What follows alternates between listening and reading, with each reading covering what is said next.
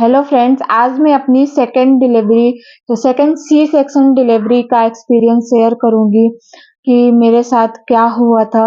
और लेकिन ये डिलीवरी सिर्फ आप एक पॉजिटिव वे पे लीजिएगा, क्योंकि इस स्टोरी को बताने पे मैं रोऊंगी नहीं। और इसके साथ साथ मैं स्टोरी के साथ साथ मैं ये भी बताऊंगी कि मेरे से कौन कौन सी गलतियां हुई थी, और आपको वो गलतियां नहीं करनी है, और आपको किन-किन बातों का ख़ास ध्यान रखना है।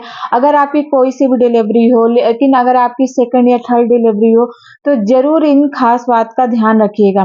क्योंकि फ्रेंड्स, जब मेरे साथ ये सब कुछ हो गया, तो मुझे इसके बारे में, क्योंकि मेरा ये चैनल ही है प्रेगनेंसी से रिलेटेड, तो मन में एक जिज्ञासा आने लगी कि हर एक टॉपिक के बारे में डीपली जानना कि ये किस वजह से हुआ, क्यों हुआ। तो मैं ये वीडियो सिर्फ़ आप लोगों के लिए बना रही हूँ जो प्रेग्नेंट मॉम है। उन्हें हर एक जानकारी होनी चाहिए।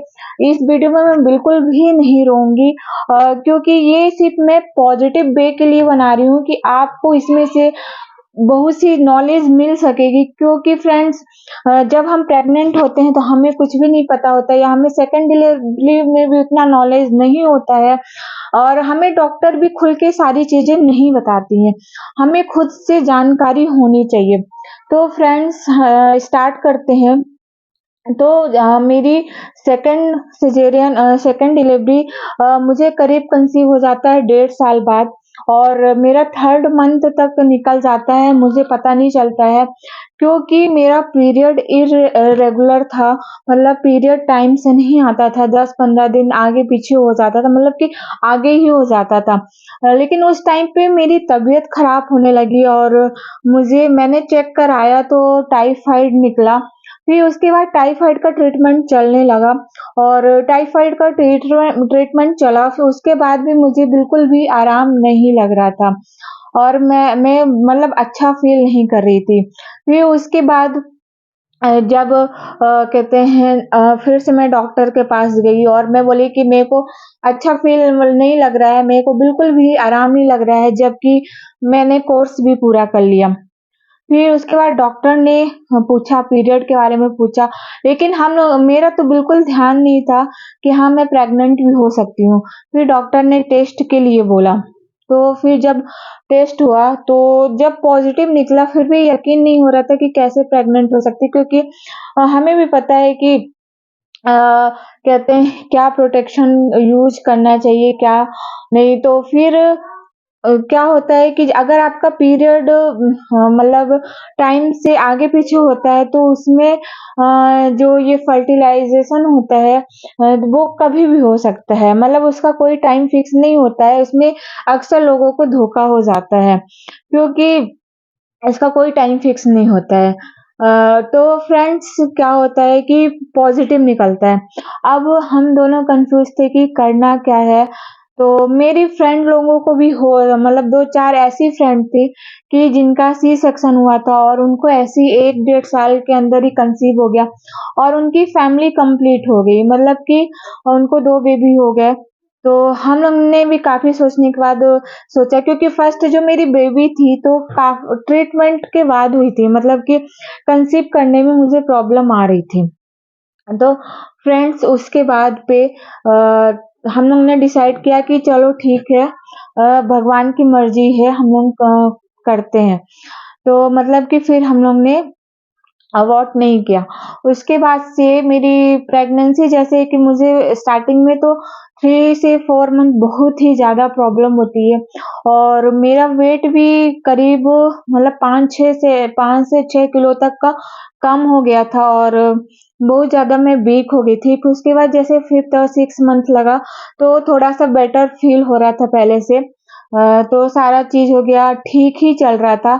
और उसके अलावा फिर जब 7 मंथ लगा, एंड हुआ, तो फिर मैं अपने मायके चली गई, क्योंकि फर्स्ट डिलीवरी भी मेरी मायके में हुई थी। तो फिर वहाँ पे क्या है कि मैंने डॉक्टर को मतलब दिखाया वहाँ पे, जो हॉस्पिटल है, तो एक मतलब सरकारी हॉस्पिटल है, ज़्यादा बड़ा सिटी नहीं है, और वहाँ पे प्राइवेट डॉक्टर मतलब जो सरकार गवर्नमेंट डॉक्टर है, तो उनकी क्लिनिक अलग रहती है। वो प्राइवेट भी देख लेते हैं। तो हाँ, मैंने ऐसे ही 8 मंथ में अब बात आती है 8 मंथ में स्टार्टिंग से ही मुझे हल्के-हल्के जैसे कमर में दर्द, पेट दर्द ये बना ही रहता था। तो इसको आप अगर आपको पहले स्टोरी कंप्लीट कर लूँ फिर बताती हूँ आपको। जैसे कमर और पेट में दर्द बना ही रहता था, तो फिर डॉक्टर को मैंने दिखाया, तो डॉक्टर बोला कि नॉर्मल है, अभी तो टाइम है डिलीवरी होने में। 8 मंथ के लास्ट में ही मुझे अचानक से वॉमिट हो गई और वॉमिट हुई उसके बाद से मतलब मेरी पेट और कमर में मतलब इतना ज़्यादा पेन होने लगा और वो डिलीवरी वाला दर्द हल्का-हल्का आने लगा। तो सब एक डॉक्टर जिसको मैं दिखा रही थी तो वो बोले कि वो नॉर्मल है, अभी तो डिलीवरी में टाइम है। फिर नहीं ठीक हुआ तो फिर दूसरे ही दिन दूसरे डॉक्टर को दिखाने गई। तो तब मेरा करीब 9 मंथ लग चुका था पीरियड के हिसाब से जैसे हम काउंट करते हैं, तो 9 मंथ लग चुका था लेकिन लगे 2-4 दिन हुआ था। फिर डॉक्टर को मैंने बताया कि मेरे को मतलब पेट में और पीछे बैक में पेन हो रहा है, तो उसने अल्ट्रासाउंड लिखा और अल्ट्रासाउंड जब उसने किया, तो उसके बाद से उसने बोला कि हाँ, मतलब आपको एडमिट करना पड़ेगा, कल ही ऑपरेशन सीज़र करना पड़ेगा। तो उस टाइम पे डॉक्टर ने कुछ भी नहीं बताया और ना हमने पूछा और अगर पूछना भी चाहो तो डॉक्टर खुल के नहीं बताते हैं, कुछ ऐसे डॉक्टर होते हैं जो कि नहीं बताते हैं। तो फिर क्या हुआ कि सेकंड डे ही ऑपरेशंस के लिए हो गया, हम लोग तैयार हो गए। मुझे बस उस टाइम पे रिपोर्ट में ये पढ़ने आता था कि हाँ, बेबी का वेट कितना है, हार्ट बीट कितनी है बस। लेकिन ये कंप्लीट होने के बाद इसके बारे में डिस्कस करेंगे। तो फिर उसमें 2.5 केजी आ रहा था और 9 मंथ लग भी गया था। तो सबने बोला कि चलो 9 मंथ लग चुका है और हाँ, तब हमें तब वीक का हमें कोई भी नॉलेज नहीं था कि वीक क्या होता है कि कौन से वीक में डिलीवरी होनी चाहिए। तो सब रेडी हो गए। फिर उसके बाद में जब सी सेक्शन होता है और काफ़ी क्योंकि मुझे फर्स्ट डिलीवरी हो चुकी थी तो सेकंड में कोई भी डर नहीं लग रहा था। फिर उसके बाद जब ओटी के अंदर गए तो करीब 10 मिनट बाद तो थोड़ा-सा रोने की आवाज़ आई। डॉक्टर ने बोला कि लड़का हुआ है, तब मैं खुश हो गई कि चलो मेरी फैमिली कंप्लीट हो गई। लेकिन थोड़ा-सा रोने के बाद बच्चा शांत हो गया और फिर भी मैं उतना नोटिस नहीं की, उतना फिर भी नॉलेज नहीं था कि कितनी देर तक रोना चाहिए, खुल के रोना चाहिए या बच्चा सही से नहीं रोया। फिर उसके बाद में भी एक दिन मैं सोची कि हो गया नेक्स्ट डे मिल जाएगा, ये तो आम बात है एनआईसीयू में बच्चों को रखना। लेकिन उसे बच्चे को झटके आ रहे थे और साँस लेने में प्रॉब्लम हो रही थी। फिर फिर भी मतलब दूसरे दिन से मुझे डाउट लगने लगा और फिर मेरे हस्बैंड उसको दूसरी जगह बड़े मतलब 80 किलोमीटर दूर ले गए कि वहाँ पे प्राइवेट हॉस्पिटल में कि अच्छे से ट्रीटमेंट हो जिससे बच्चा बच जाए। तो हॉस्पिटल एडमिट करने के पहले ही मतलब शांत हो गया। फिर जब थर्ड डे था मेरे ऑपरेशन का, तो फिर मेरे हस्बैंड आके मेरे सामने बैठे और फिर बिना कुछ बोले मैं सब कुछ जान गई, जबकि सबने मना किया था कि इसको नहीं बताना, लेकिन मैं उनका फेस देख के पहचान गई। मतलब जान गई कि क्या हुआ है और फिर मैं रोने लगी। फ्रेंड्स, यहाँ पे आज मैं बिल्कुल नहीं रोऊँगी क्योंकि मैं आपको डिमोटिवेट करने नहीं आई हूँ और जिसके साथ ये हुआ है वो अच्छे से जानता है, ये कोई मतलब एक्सप्लेन करने की कोई ये चीज़ नहीं है। वो दर्द तो हमेशा ज़िंदगी भर रहता है। लेकिन अब यहाँ पे बात आती है कि मैंने कौन-कौन सी गलतियाँ की थी। आपको वो गलतियाँ नहीं करना है और मैं नोट डाउन भी कर ली हूँ कि जिसमें आपको मैं अच्छे से एक्सप्लेन कर सकूँ। फर्स्ट गलती है कि मूवमेंट मुझे शुरू से नहीं पता चल रही थी बच्चे की अच्छे से। तो क्या होता है कि मैंने सुन रखा था कि अगर पेट में लड़के होते हैं तो मूवमेंट कम होती है। तो फ्रेंड्स आप इस बात पे बिल्कुल भी भरोसा मत करिएगा। ऐसा कुछ नहीं होता है कि लड़कियाँ ज़्यादा मूवमेंट करती हैं, लड़के कम करते हैं। आपको डॉक्टर से ज़रूर इस बात का कंसल्ट करना है कि अगर आपको मूवमेंट कम हो रहा है बच्चे का तो वो करना है कि मेरा बच्चा ठीक है कि नहीं है, ब्लड फ्लो सही से पहुँच रहा है, उसका ग्रोथ सही से हो रहा है कि नहीं हो रहा है। सेकंड चीज़ है फ्रेंड्स कि आपको मतलब कि ये नॉलेज होना चाहिए प्रेगनेंसी में कि आपको कौन-सी टैबलेट, कौन से मंथ फॉलिक एसिड खाना है, कौन से मंथ कैल्शियम, आयरन की टैबलेट, सप्लीमेंट लेना है और प्रोटीन पाउडर कब से स्टार्ट करना है और कौन-कौन सी टैबलेट आपको ये ध्यान होना चाहिए और डॉक्टर कोई कई डॉक्टर लिखते भी हैं तो उसको आपको कंटिन्यू लेना चाहिए, गैप नहीं करना चाहिए क्योंकि पहले का ज़माना फ्रेंड्स और था और आज का ज़माना और है। क्योंकि हमारे शरीर में इतना आयरन और कैल्शियम पूर्ति नहीं हो पाता, जब हमारे शरीर में नहीं होता है तो बच्चे का विकास कैसे अच्छे से होगा। तो मैंने सेकंड गलती की थी कि मैं दवाइयाँ नहीं खाती थी, कभी-कभार खा ली, मतलब कंटिन्यू नहीं खाती थी और मुझे ये तक नॉलेज नहीं था कि फॉलिक एसिड कब खाते हैं, आयरन, कैल्शियम ये लगता था कि पूरी प्रेगनेंसी सिर्फ आयरन, कैल्शियम खाते हैं, लेकिन इसके अलावा भी कई सारी टैबलेट खाते हैं और अगर आपका सेकंड सी सेक्शन और आपको वोमिट आ रहा है, तो मैंने ये गलती की कि मुझे ये नहीं नॉलेज था कि सेकंड सिज़ेरियन में टाँके भी खुल सकते हैं। गैप की बात करें तो अगर 2 साल का हो, 4 साल का हो, 5 साल का हो, कितने भी साल का हो, अगर हमारी थोड़ी मिस्टेक से हमारे टाँके कभी भी खुल सकते हैं। कितने भी साल बाद आप कंसीव करो, टाँके खुल सकते हैं।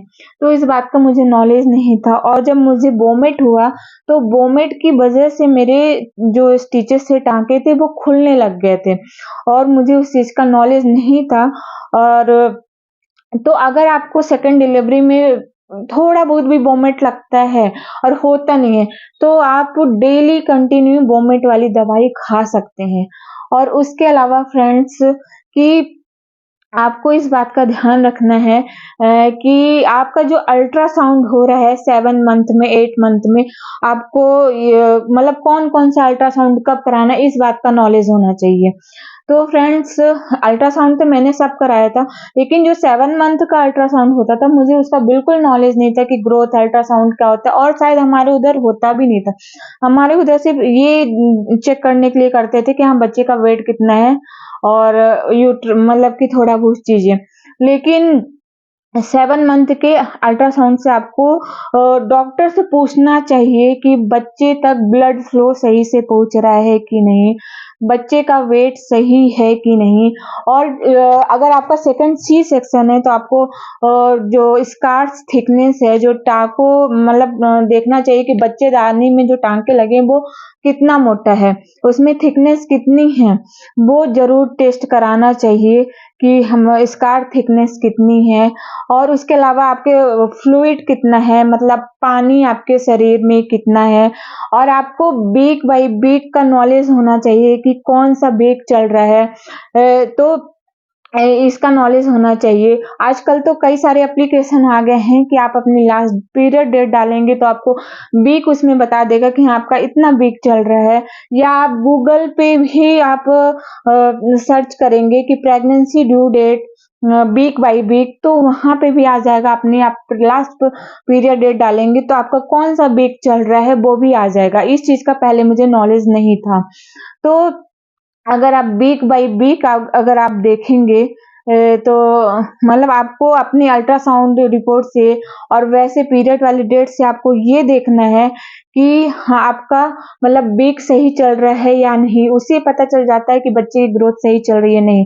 कई डॉक्टर ऐसे होते हैं कि केस को सीरियसली नहीं लेते हैं, कुछ चीज़ें देखेंगे और बस मतलब कि डिसीज़न ले लेंगे। लेकिन अगर उस समय डॉक्टर ने रीज़न नहीं बताया था क्या रीज़न है लेकिन रीज़न यही था कि बच्चे को ब्लड फ्लो सही से नहीं मिल पा रहा था और दूसरा स्कार्स मेरे खुलने लग गए थे।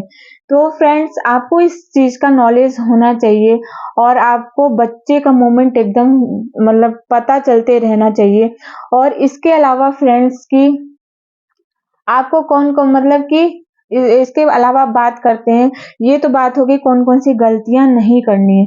और सबसे बड़ी गलती ये भी कि फ्रेंड्स कि आपको अगर आपका सेकंड सी सेक्शन होना है या थर्ड सी सेक्शन होना है, तो आपको ज़्यादा देर तक खड़े नहीं होना है। काम अगर आप कर भी रहे हो तो थोड़ा रेस्ट ले-लेके करना है। मतलब कि ज़्यादा अपने कि आपके पेट पे ज़्यादा जोर ना पड़े, स्ट्रेस और ज़्यादा अपने आप को थकाना नहीं है और सीढ़ियाँ कम चढ़ना-उतरना है। अब इसके अलावा फ्रेंड्स बात करते हैं कि अ, इसके अलावा हम ये बात करते हैं कि हमें किस चीज़ों का ख़ास ध्यान रखना चाहिए। तो फ्रेंड्स हमें सबसे पहले कि हमें अपने सही डॉक्टर का चयन करना चाहिए और दूसरा कि अगर आप कंसीव कर रहे हो या हमें डिलीवरी के बारे में ए टू ज़ेड जानकारी होना चाहिए कि हमें कौन-सा अल्ट्रासाउंड कराना है, अल्ट्रासाउंड में हमें किस-किस चीज़ों को देखना है और डॉक्टर से आपको पूरा मतलब फ्रेंडली बात करते रहना है। अगर आपकी ऐसी डॉक्टर है कि आप उससे कुछ पूछ रहे हैं और वो आपको नहीं बता रही, तो आपको डॉक्टर तुरंत चेंज करना है और इसको सीरियसली लेके चलना है। और आजकल तो ब्लड फ्लो बढ़ाने के लिए अगर बच्चे का वेट कम है, मतलब इतनी सारी मेडिसिन है, इतने सारे टेस्ट हैं कि वो आपको भी अंदाज़ा नहीं होगा। मतलब कि अगर डॉक्टर सही समय पे सही चीज़ पकड़ ली या अगर डॉक्टर से गलती हो रही तो अगर आप वो चीज़ पकड़ लिए डॉक्टर से तो मतलब चीज़ें सही हो सकती हैं क्योंकि हर एक चीज़ का ट्रीटमेंट है आज के डेट में। तो फ्रेंड्स आई होप आपको ये वीडियो पसंद आई होगी और अगर आपको वीडियो ये पसंद आई हो तो प्लीज़ वीडियो को लाइक करिएगा, शेयर करिएगा और चैनल को सब्सक्राइब करिएगा और कुछ भी आपके मन में डाउट होगा तो आप ज़रूर कमेंट करिएगा क्योंकि मेरे में कमेंट आते रहते हैं। पहले मुझे लगता था ये मेरे साथ ही ऐसा क्यों हुआ? लेकिन पता नहीं कितने मेरे जैसे मेरी बहनें हैं कि उनको होता है, उनके बच्चे होने के बाद एक्सपायर हो जाते हैं, अच्छे केजी के रहते हैं, सब कुछ बढ़िया रहता है, लेकिन उन्हें रीज़न नहीं पता चल पाता कि किस रीज़न से क्या हुआ है। तो फ्रेंड्स हर एक रीज़न प्रेगनेंसी के बारे में जानना चाहिए और मैं पूरी कोशिश कर रही हूँ क्योंकि मैं आप सब तक को नॉलेज देना चाहती हूँ कि मतलब कौन-कौन से रीज़न हो सकते हैं, हमें कौन-कौन से सावधानियाँ रखनी चाहिए। तो फ्रेंड्स मिलते हैं नेक्स्ट वीडियो में, तब तक के लिए फ्रेंड्स राधे-राधे।